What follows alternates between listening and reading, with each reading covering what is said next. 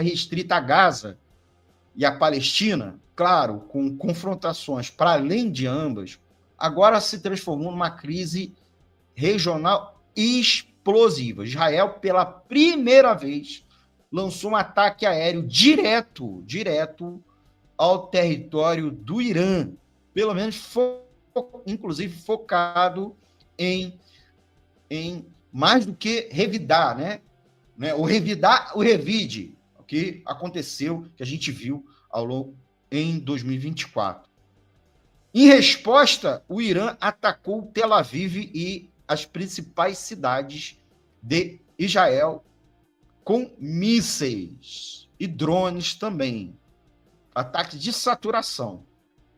Hoje é dia 19 e essa troca beligerância aconteceu na sexta-feira, 13 de junho.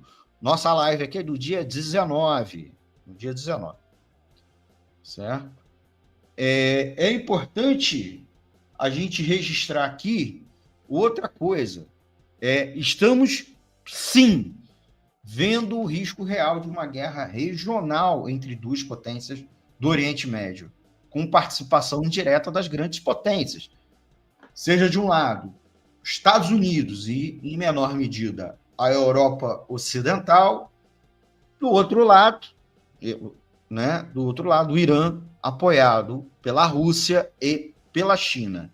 Então, vocês viram as notícias, vocês viram as manchetes, certo? Então, dia 13, 200 caças de Israel participaram numa ofensiva aérea maciça sobre o Irã na madrugada de sexta-feira, né? A quinta-feira aqui, quinta-feira à noite. Então, há exatos uma semana.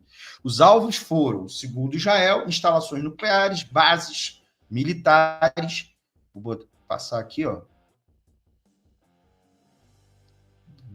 Inclusive mostrando a distância, né? Israel está 1.585 quilômetros do Irã, né? Uma distância considerável territorialmente, né? Com quase 4 países de distância.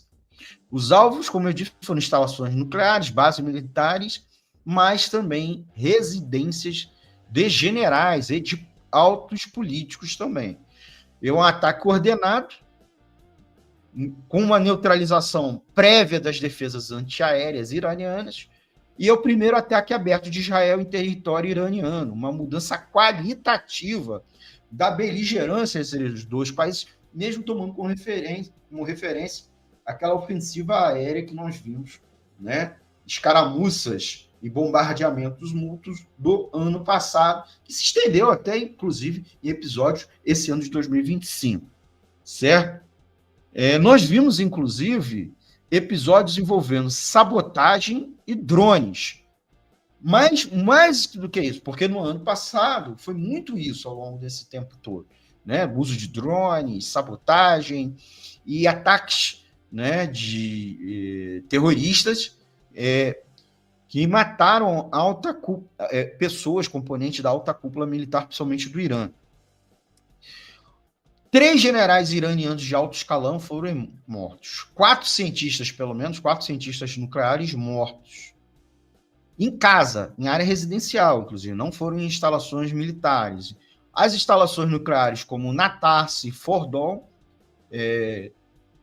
foram atingidas. E um golpe militar e político contra o regime dos ayatollahs, mas também um motivo para retaliações.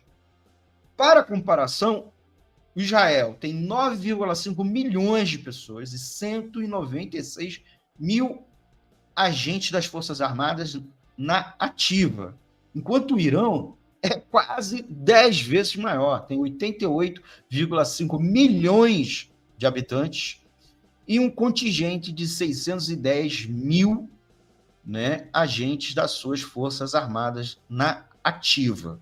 Então, por exemplo, quem falar de superioridade militar de Israel, eu acho que está bem enganado a princípio, inclusive pelos esses números.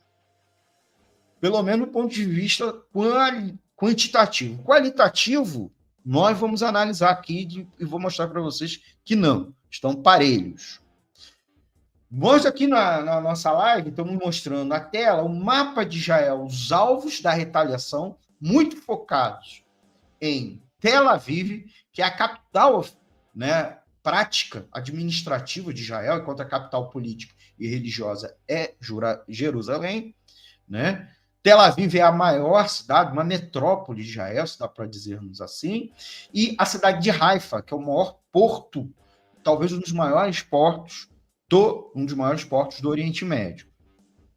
E tem grandes complexos militares do Estado sionista. Do outro lado, no Irã, mais de 100 ataques sofreu o país persa. A sua concentração foi em Teherã e Isfahan, mas também em várias cidades que contemplam, contém instalações militares, principalmente ligadas ao programa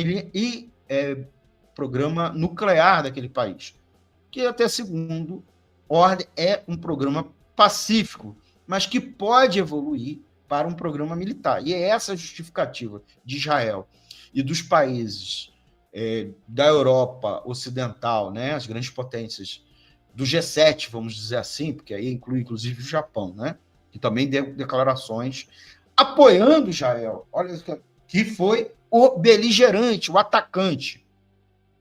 Botando aqui na live os nomes dos generais assassinados e dos cientistas. Lembrando, muitos desses cientistas não estão necessariamente ligados ao programa nuclear militar, mas sim ao programa nuclear, seja para fins pacíficos, fins energéticos, medicinais e outras modalidades.